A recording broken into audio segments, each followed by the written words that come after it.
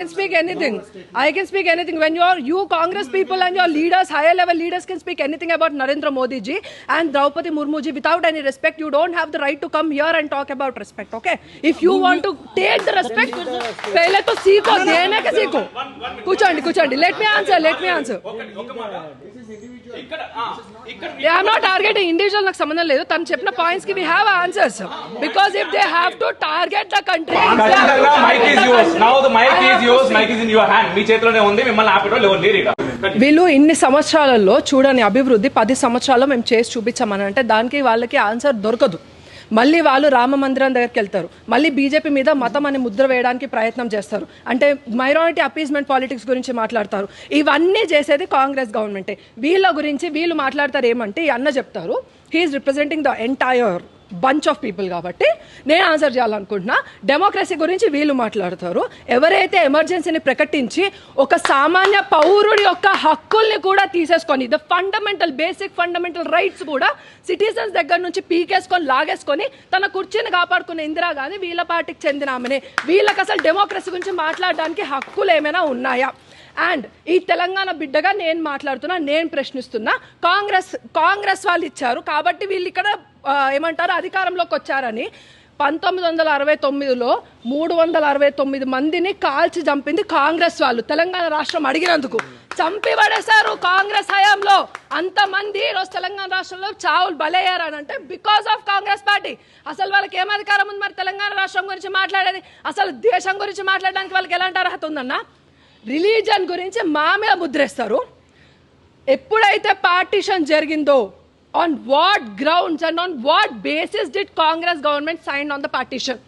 ఎవడబ్బా సొత్తని మీ జోబులో నుంచి ఇచ్చిన పైసల భూమిని ఇచ్చి పడేసిర్రా? ఎవరిది భూమి? భారతదేశాన్ని ముక్కలు చేసి కుక్కలకి పంచినట్టు విస్తరలో ఇలా పడేసింది ఎవరు? కాంగ్రెస్ గవర్నమెంట్ కాదా? అప్పుడు ఆన్ రిలీజియస్ బేసిస్ ఎప్పుడైతే పార్టీషన్ జరిగిందో మరి ఇది హిందూ దేశంగా ఎందుకు ప్రకటించబడలేదు? ఇంకా మళ్ళీ అడిషనల్ గా ఈ భూమిని కూడా లాక్కోవడానికి 370 ఆర్టికల్ కశ్మీర్ ని వీళ్ళకి ఇందాక చెప్తున్నారు కదా కాన్స్టిట్యూషనల్ పాత్వే అని రెడ్ కార్పెట్ చూపిస్తున్నారు. కాన్స్టిట్యూషనల్ పాత్వే అని మాట్లాడే ముందు అంబేద్కర్ గారి గురించి మాట్లాడే ముందు మీకు కనీసం మినిమం రైట్స్ ఉండాలి. ఆయనను ఓడించడానికి ఆయన కాన్స్టిట్యూషనల్ బేస్ లో ఇప్పుడు నించొని ఎంపీ టికెట్లు, ఎమ్మెల్యే టికెట్లు, నేను కంటెస్ట్ చేసిన, నేను పోటీ చేసిన అని మాట్లాడుతున్నారు కదా. అది ఆయన రాసిన కాన్స్టిట్యూషన్ బేసిస్ అని మీరు మాట్లాడుతున్నప్పుడు అదే ఆయన నించున్నప్పుడు 3 సార్లు ఓడగొట్టడానికి ప్రయత్నం చేసింది కాంగ్రెస్ గవర్నమెంట్. అప్పుడేం మీకినారు మీరు మరే అని? అప్పుడు మరి అంబేద్కర్ గారు రాజ్యాంగాన్ని మీరు అంత రెస్పెక్ట్ చేయాలనుకుంటే ఇన్నిసార్లు ఎందుకు మీకు అనుగుణంగా మైనారిటీస్కి అనుగుణంగా ఎందుకు రాజ్యాంగాన్ని అమెండ్ చేయాల్సిన అవసరం పడింది? ఫస్ట్ ఆర్టికల్ 1లోనే చెప్తా ఇండియా దట్ ఈస్ భారత్ అని అంబేద్కర్ గారే రాశారు. మరి ఇప్పుడు ఇండియా పేరుని భారత్గా మారుస్తామంటే దాన్ని కేవలం ఒక మత ఆధారంగా మాత్రమే ఎందుకు మాట్లాడారు? ఇప్పుడు కాశ్మీర్ని ఎందుకు 370 ఆర్టికల్ని మళ్ళీ తీసుకొస్తానని రాహుల్ గాంధీ మాట్లాడుతున్నారు మేము అధికారంలోకి వచ్చిన తర్వాత. అన్న 370 ఆర్టికల్ ఉంటే నీ భూమి ఆడగాకపోతే ఈడ కొనుక్కో అన్న, ఎకరమేమన్నా 10 ఎకరాలు ఇప్పిస్తాం నీకు, అర్థమైందా? మేము చందాలు వేసుకొని ఇప్పిస్తాం. నువ్వు అంత దీన స్థితిలో ఉంటే మేమందరం చందాలు వేసుకొని ఇప్పిస్తాం. But 55% of the Kashmir land is now in the control of Pakistan. ఎవడొబ్బ సత్తని రాసి ఇచ్చారు? అది క్వశ్చన్ చేయండి ఫస్ట్. ఈరోజు మన దేశం ఎటుపోతోంది? ఇంకా యువకులు అటు సైడ్ కూర్చొని మాట్లాడుతున్నారనంటే ఈరోజు కళ్ళలోంచి నీళ్లు కాదు రక్తం వస్తుంది.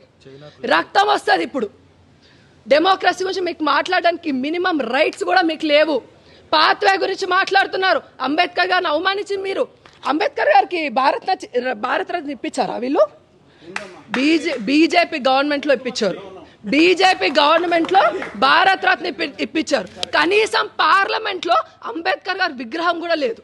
ఆయన కనీసం పూలేసిన దాఖలాలు కూడా మీ బతుకులు కాదు. బీజేపీ గవర్నమెంట్లో అంబేద్కర్ గారిని మర్యాద పూర్వకంగా చూసాం. ఈరోజు ఒక 370 ఆర్టికల్, యూసీసీ, ఎన్ఆర్సీ, సిసిఏ ఇవన్నీ కాదు. ఈరోజు దేశము 70 సంవత్సరాలు అడుక్కు తినే స్టేజ్లోనే ఉండింది.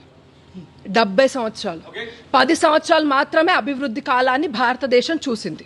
ఇది భారతీయ జనతా పార్టీ యొక్క గొప్పతనమే, ఇది నరేంద్ర మోదీ గారి యొక్క గొప్పతనమే, ఇది సంఘటిత శక్తి యొక్క గొప్పతనం మాత్రమే. అది మేమందరం మా అందరికీ గుర్తుంది. మా అందరికీ తెలుసు. శాంతి మంత్రాలు వీళ్ళు మనకు బోధించాల్సిన అవసరం లేదన్నా. మాకు శాంతిగా ఎప్పుడు ఉండాలో తెలుసు. ఖడ్గం పట్టుకొని ఛత్రపతి శివాజీ మహారాజ్ ఎప్పుడు అవ్వాలో కూడా మాకు తెలుసు. వీళ్ళు ఎప్పుడైతే రామ మందిరాన్ని వీళ్ళు ఫర్గా ఉన్నారా, 370 ఆర్టికల్ వీళ్ళు వ్యతిరేకం కాదా? రామ మందిరానికి ఫర్గా అంటే వీళ్ళ నాయకులందరికీ ఏం రోగం పుట్టింది?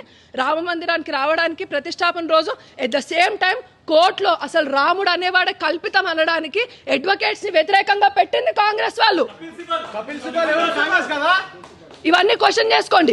నేను హిందూని, నేను సోమవారం శివుడి దగ్గరికి వెళ్తా, మంగళవారం ఉపవాసం చేస్తా, కడుపు మార్చుకుంటా, కాలు కడుక్కుంటా, ఇలాంటి కాదన్నా.